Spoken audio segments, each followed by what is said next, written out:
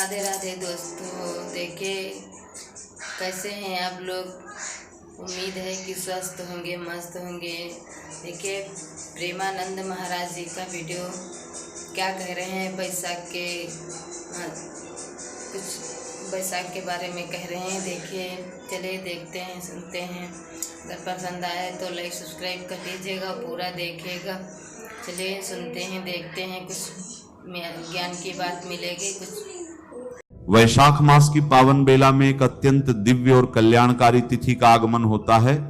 यह केवल एक दिन नहीं बल्कि आत्मा के शुद्धिकरण और जीवन के उत्थान का पवित्र अवसर है। इस मंगलमय वरुथिनी एकादशी की हार्दिक शुभकामनाएं। शास्त्रों में वर्णित है कि ग्रीष्म ऋतु में आने वाली यह वरुथिनी एकादशी मनुष्य के सहस्रों जन्मों के संचित पापों को क्षण भर में नष्ट करने की सामर्थ्य रखती है।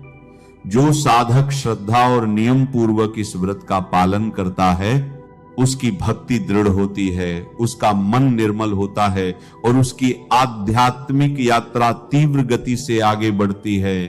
जब हृदय सच्चे भाव से समर्पित होता है, तब स्वयं प्रसन्न होकर साधक को अपने परम धाम की ओर अग्रसर करते। यह व्रत केवल शरीर का उपवास नहीं बल्कि मन, वचन और कर्म की शुद्धि का एक दिव्य साधन है। अब इसी पावन अवसर पर वरुथिनी एकादशी से जुड़ी एक दिव्य पौराणिक कथा का श्रवण करते हैं, जो इसकी महिमा को और भी गहराई से प्रकट करती है। आइए आज की कथा आरंभ करते हैं। ये वृंदावन की बात है। एक दिन श्रीमती राधा रानी और उनकी सखियां बातें कर रही थी। उनकी चर्चा का विषय थे कृष्ण। हमेशा की तरह उस समय गोपियों ने श्रीमती राधा रानी से पूछा, हे राधे, सच सच बताना, आखिर तुम ऐसा कौन सा जादू जानती हो जिससे कृष्ण तुमसे इतने प्रसन्न रहते हैं? झूठ मत बोलना, सच बताओ। यह सुनकर राधा रानी ने उत्तर देते हुए कहा, श्री कृष्णस्य प्रसादम कुर्वते एकादशी व्रतम तेन वश्य हरिः साक्षात भविष्यति न संशय। अर्थात हे गोपियों, अगर आप भगवान श्री कृष्ण को प्रसन्न करना चाहती हैं तो एकादशी व्रत का पालन करो। इससे वे निश्चित रूप से वशीभूत हो जाएंगे और इसमें कोई संशय नहीं है।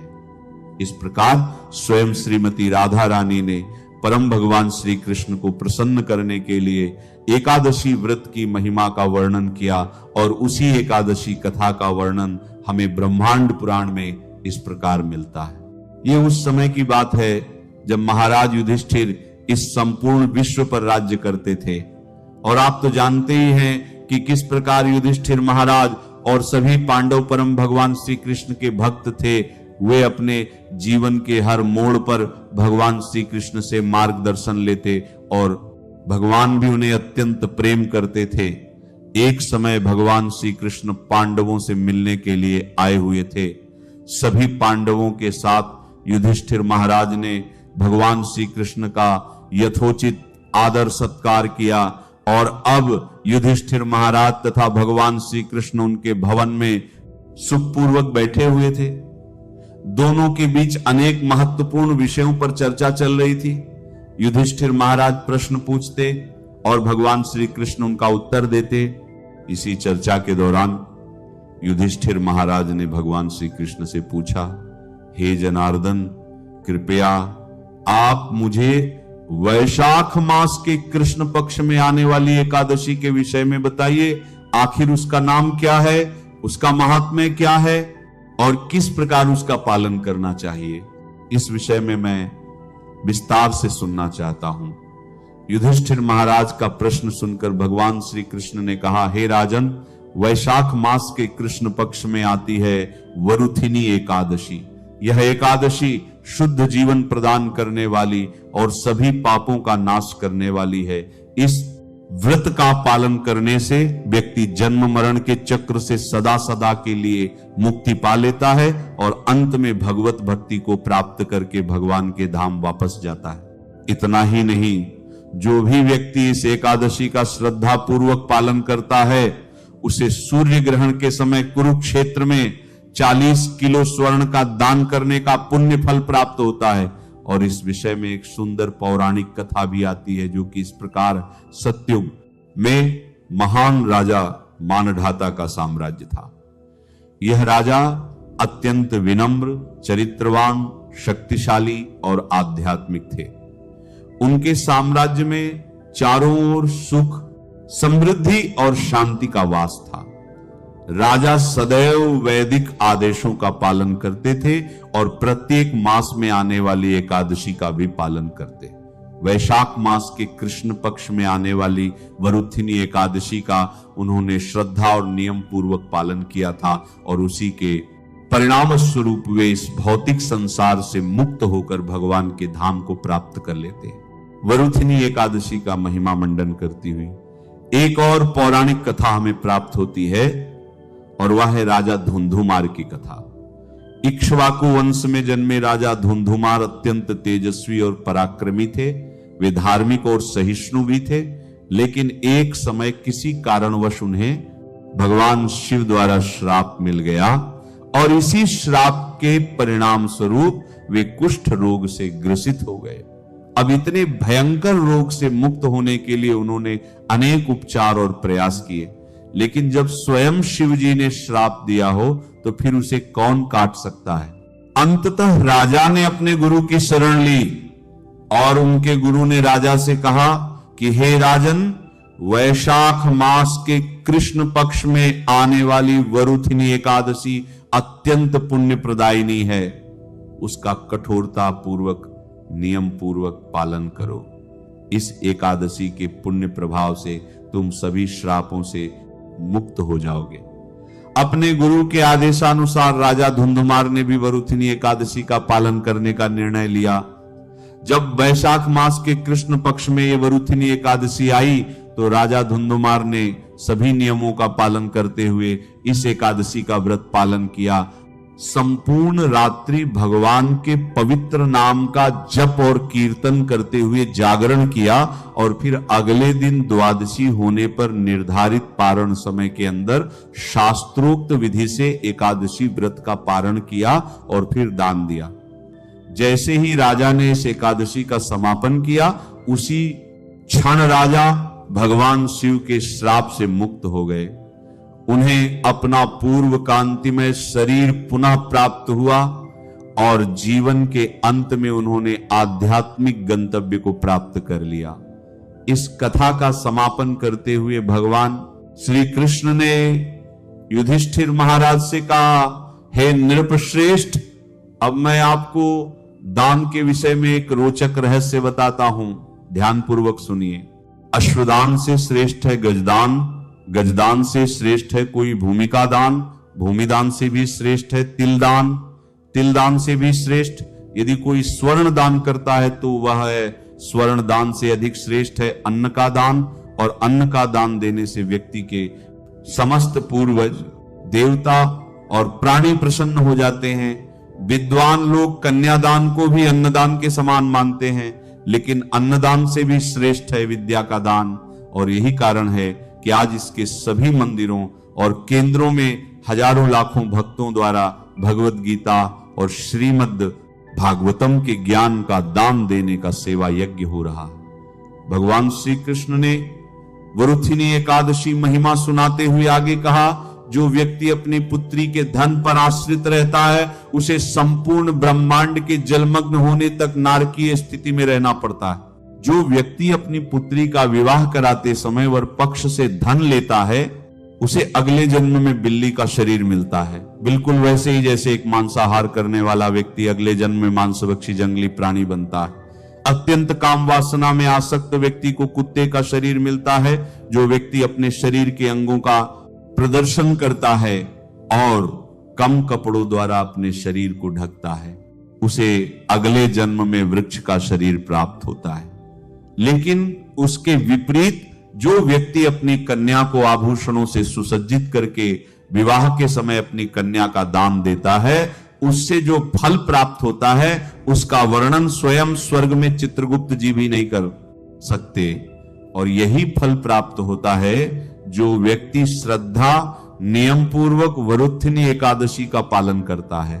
तो इस प्रकार वरुथिनी एकादशी व्रत का पालन कन्यादान के समान बताया गया है। इतनी महत्वपूर्ण है यह वरुथिनी एकादशी।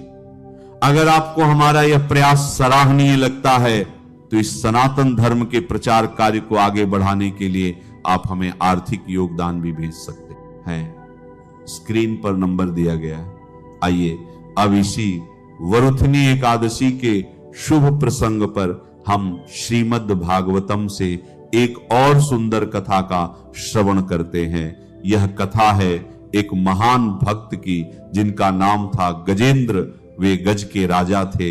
एक विशाल हाथी जो त्रिकूट पर्वत के वन में अपने परिवार के साथ आनंद पूर्वक विचरण करता था। उस पर्वत पर अनेक प्रकार के वृक्ष, लताएं और सुंदर सरोवर थे, और वहीं पर एक सुंदर कमल सरोवर था जिसकी शीतल जलधारा देवताओं को भी तृप्त करती थी। अब एक दिन क्या हुआ कि गजेंद्र अपने विशाल गज परिवार के साथ उस सरोवर में स्नान करने गया। वो अपनी पत्नी, पुत्र और पौत्रों के साथ आनंद में युक्त होकर जल क्रीड़ा कर रहा था। जब इस प्रकार वो अपने परिवार के साथ आनंद की चरम सीमा पर था, उसी समय अचानक से एक विशाल मगरमच्छ वहां पर आया। उसने उसके पैरों को जकड़ लिया। वह तड़प उठा। उसने बलपूर्वक अपने पैर को छुड़ाने के अनेक प्रयास किए, लेकिन मगरमच्छ ने उसे और भी गहरे पानी में खींच लिया। मगरमच्छ और गजेंद्र दोनों के बीच में घमासान युद्ध हुआ, और यह युद्ध 1000 वर्षों तक चलता रहा। अब धीरे धीरे गजेंद्र की शक्ति समाप्त हो रही थी, क्योंकि वह पानी में था और इसलिए मगरमच्छ की शक्ति बढ़ रही थी। गजेंद्र थक चुका था, शक्तिहीन हो चुका था। उसके परिजन एक एक करके दूर होते जा रहे थे। अब उसके पास कोई सहारा नहीं था। वह संसार की उस अंतिम स्थिति पर पहुंच चुका था जहां कोई शक्ति काम नहीं आती, वहां केवल भगवान का स्मरण ही शेष रह जाता है। और ऐसा अनुभव हमने भी कभी न कभी अपने जीवन काल में अवश्य किया होता है। और तभी गजेंद्र ने आर्त भाव से अपनी सूंड उठाकर आकाश की ओर देखा और स्मरण किया अपने पूर्व जन्म की भक्ति को। वास्तव में गजेंद्र पूर्व जन्म में एक महान वैष्णव राजा इंद्रद्युम्न था, जिसने श्री हरि की उपासना की थी, और उसी भक्ति का प्रभाव था कि संकट की घड़ी में गजेंद्र भगवान श्री हरि को स्मरण कर पाया। उसने भगवान श्री हरि की भक्ति से पूर्ण अनेक प्रार्थनाएं अर्पित करना आरंभ किया। उसने भगवान से कहा, यस्मिन्नेदं निजमायापितं क्वाचन क्वच रोहितं वत दक्ष भयं तक्षते सात्ममूलवत मां परात्पर काले पंचमते कृष्णनो लोकेषु पाले च सर्वहेतु तमस्त दासे गहनं गरम यस्यास्तस्य पारे भिविराजते विभुर्न यस्य देवाय पदम विदुर्जन्तु पुनः को हति गतु यथा नटस्य कृति विचित्र दुरत्यामन समावर्तते। हे भगवन, आप ही सृष्टि, स्थिति और संहार के मूल कारण हैं। मैं आपको बारंबार नमस्कार करता हूं। कृपया मेरी रक्षा कीजिए। गजेंद्र द्वारा की गई इन आर्त प्रार्थनाओं को सुनकर भगवान श्री हरि तुरंत वैकुंठ में उठकर खड़े हो गए। गजेंद्र की पुकार भगवान के हृदय तक पहुंच चुकी थी, और उसी क्षण भगवान गरुड़ पर आरूढ़ होकर अपने शंख और चक्र के साथ वहां प्रकट हुए। कई स्थानों पर ऐसा भी कहा जाता है कि भगवान श्री हरि ने गरुड़ से कहा कि तुम बहुत धीरे चल रहे हो, मुझे अत्यंत तीव्र गति से जाना है, और इसीलिए भगवान श्री विष्णु गरुड़ को छोड़कर स्वयं आ गए थे। उनके आगमन से संपूर्ण दिशाएं प्रकाशित हो गई। सभी देवतागण मस्तक झुकाकर उनकी प्रार्थना करने लगे, पुष्प वर्षा करने लगे, और उसी क्षण भगवान श्री हरि ने एक ही क्षण में अपने सुदर्शन चक्र द्वारा उस मगरमच्छ का वध कर दिया। गजेंद्र की पीड़ा समाप्त हुई। उसने अपनी सूंड में एक कमल पुष्प लिया और वह प्रभु को अर्पित किया। गजेंद्र की इस प्रकार स्तुति, प्रार्थना और भक्ति देखकर भगवान ने उसे दिव्य स्वरूप प्रदान किया और उसे अपने साथ वैकुंठ धाम ले गए। गजेंद्र मुक्त हो गया। सिर्फ इसलिए नहीं कि वह एक हाथी था या पूर्व जन्म में राजा था, बल्कि इसलिए क्योंकि उसने पूर्ण शरणागति के साथ भगवान को पुकारा था। और ये कथा हमें यही सिखाती है कि जीवन में संकट चाहे कितना ही बड़ा क्यों न हो, जब निस्वार्थ भाव से भगवान को पुकारा जाए तो वे अपने भक्त की रक्षा के लिए अवश्य प्रकट होते हैं। बस आवश्यकता है तो श्रद्धा की और शरणागति की, और यही थी इस वरुथिनी एकादशी के उपलक्ष्य पर अनेक सुंदर पौराणिक कथाएं हमें आशा है कि इन कथाओं का श्रवण करके आपने धन्यता का अनुभव किया होगा। आज आपकी वरुथनी एकादशी व्रत पालन की चेतना में श्री कृष्ण का पदार्पण करने का सुअवसर हमें प्राप्त हुआ, इसलिए हम आपके और परम भगवान श्री हरि के आभारी हैं। इन कथाओं के माध्यम से हमारा यही प्रयास रहता है कि हम अपनी वैदिक पुराणों की प्राचीन कथाओं को यथार्थ रूप में अब सब तक पहुंचा पाएं, क्योंकि हमारा वास्तविक वैदिक ज्ञान का खजाना अभी तक अनशुक है, जिसे कई लोग नहीं जानते और उसकी महिमा से वंचित है। और ऐसा ही प्रयास करते हुए हमारी उपदेश अष्टकम की टीम तन मन और पूर्ण प्रयास से आपकी सेवा करने का प्रयास करती है। इस वरुथनी एकादशी के पुण्यमय अवसर पर हम परम भगवान श्री कृष्ण की पूर्ण शरणागति को स्वीकार करते हैं। उन्होंने जो मनुष्य जीवन दिया है उसके प्रति अपनी कृतज्ञता व्यक्त करते हैं और इस सुवर्ण अवसर का लाभ उठाते हुए अधिक से अधिक हरि भजन कीर्तन और उनके पवित्र नाम का जप करने का प्रयास करते हैं। यह एकादशी आपके मन और चेतना में श्री कृष्ण के रंगों को भरे, ऐसी हम प्रार्थना करते हैं। आपके वैशाख मास के कृष्ण पक्ष में आने वाली वरुथनी एकादशी इस बार आ रही है 13 अप्रैल 2026 सोमवार के दिन। इस बार एकादशी तिथि का आरंभ हो जाएगा 12 अप्रैल 2026 को मध्य रात्रि में 1:16 से और यह एकादशी तिथि समाप्त हो जाएगी 13 अप्रैल 2026 को मध्य रात्रि में 1:08 पर। तो इस प्रकार से हम इस एकादशी तिथि का पालन करेंगे 13 अप्रैल 2026 सोमवार के दिन। इस एकादशी व्रत का पारण करने का समय रहेगा अगले दिन, यानी कि 14 अप्रैल 2026 मंगलवार के दिन सुबह 6:57 से लेकर 10:18 के बीच में। आइए अब इस दिन के कुछ अन्य शुभ मुहूर्त देखते हैं। इस बार एकादशी तिथि पर ब्रह्म मुहूर्त का समय प्रातः काल में रहेगा सुबह 4:28 से लेकर 5:13 तक और सूर्योदय होगा सुबह 5:58 पर। प्रातः काल में भगवान श्री हरि की पूजा अर्चना करने का समय रहेगा सुबह 4:51 से लेकर 5:58 तक और संध्या काल की संध्या पूजा करने का समय रहेगा शाम 6:46 से लेकर 7:53 तक। सूर्यास्त का समय है शाम 6:46 पर। इस बार एकादशी तिथि पर धनिष्ठा नक्षत्र रहेगा शाम 4:03 तक और उसके बाद शतभिषा नक्षत्र आरंभ हो जाएगा।